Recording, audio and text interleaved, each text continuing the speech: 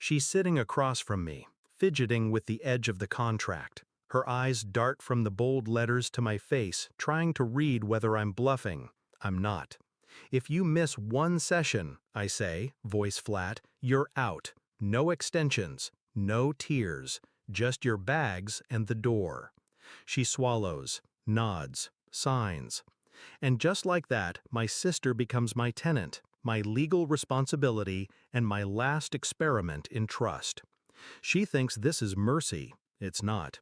This is the final hand, and I'm the only one holding the cards. I was 10 when she taught me how to play blackjack. We used toothpicks instead of chips, sitting cross-legged on the living room floor. She wore Mom's sunglasses and called herself the Shark. We laughed so hard that night I forgot our parents were screaming 2 rooms over. She always knew how to distract me, and later, how to deceive me. The first time I noticed something off, I was reconciling my business accounts.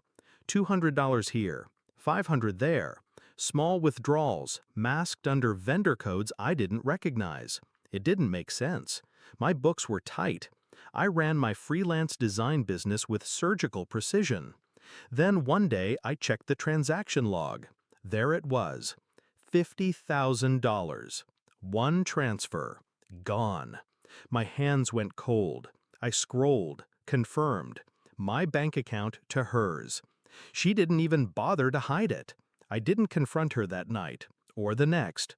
Instead, I traced the timeline, pulled security logs, matched logins to her IP, downloaded the withdrawal slips, took screenshots of her late-night messages, bragging to her gambling buddies about the gift she landed.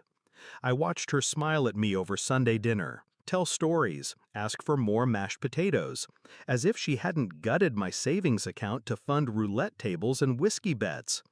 That kind of betrayal doesn't sting. It scorches. But I didn't scream, didn't cry. I made a plan. 2 weeks later, I invited her over for tea. She showed up wearing guilt like perfume, thick, obvious, but still hoping I wouldn't notice. I laid the papers on the table. She didn't deny it, tried to spin it. I was desperate. I was going to pay it back. You have more than enough. And then, finally, she cried. Not because she was sorry, because she got caught. I gave her a choice: rehab, reform, or court. She begged me not to press charges, said she'd do anything, said she wanted to change. So I wrote the terms. Weekly therapy, fully supervised.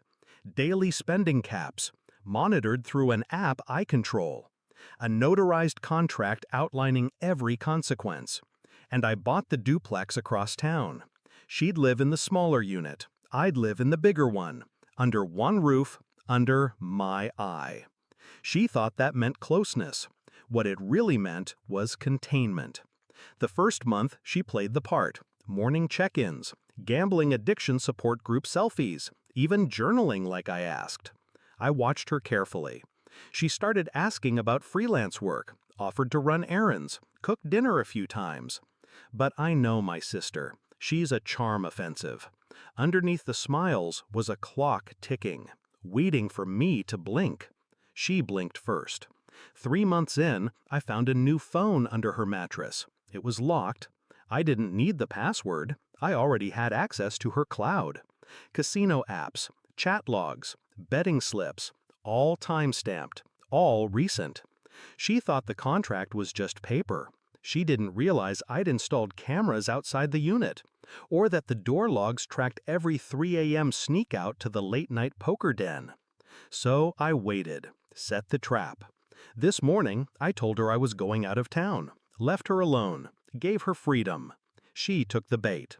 Snuck out before noon. Didn't know I'd called the group counselor ahead of time. Confirmed she'd skipped the last 2 sessions.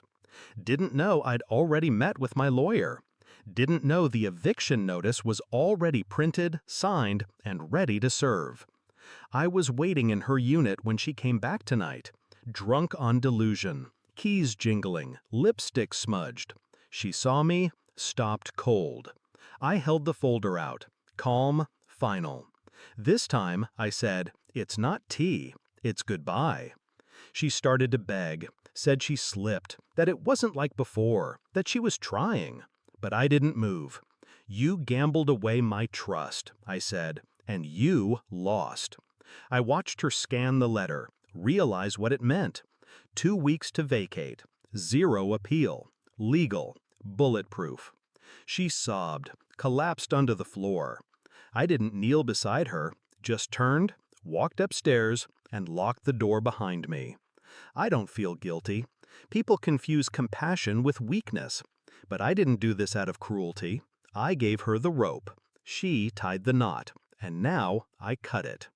I used to believe family meant unconditional love. Now I know better. Family is loyalty, accountability, boundaries, and when those are broken, what's left is just a blood-stained contract with no value.